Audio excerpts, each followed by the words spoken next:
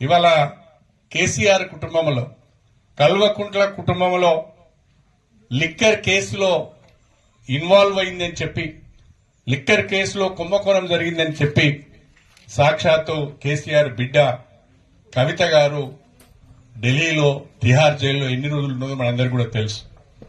అదేవిధంగా ఇవాళ కేటీఆర్ పైన ఫార్ములా ఈ కేసులో దాదాపు 55 కోట్ల రూపాయలు నిబంధనలను అతిక్రమించి మరి ఆ కంపెనీకి పే చేశారు. తద్వారా అనేక రకాలైన తప్పులకు పాల్పడ్డారని చెప్పి ఈ రోజు ఆయన మీద కేసు అయింది. ఆయన కూడా రేపు మాపో జైలుకు పోయేటట్టున్నాడు.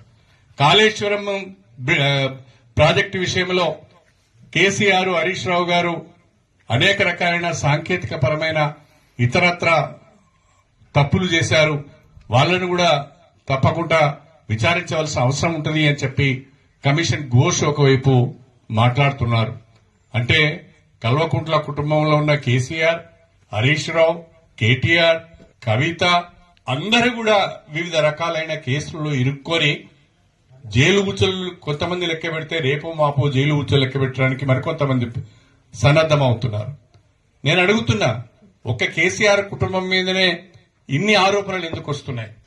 నిజంగా మీరు నీతివంతులైతే, నిజంగా మీరు నిజాయితీ పరులైతే ఇన్ని రకాలైన ఆరోపణలు మీ మీదనే ఎందుకు వస్తున్నాయి?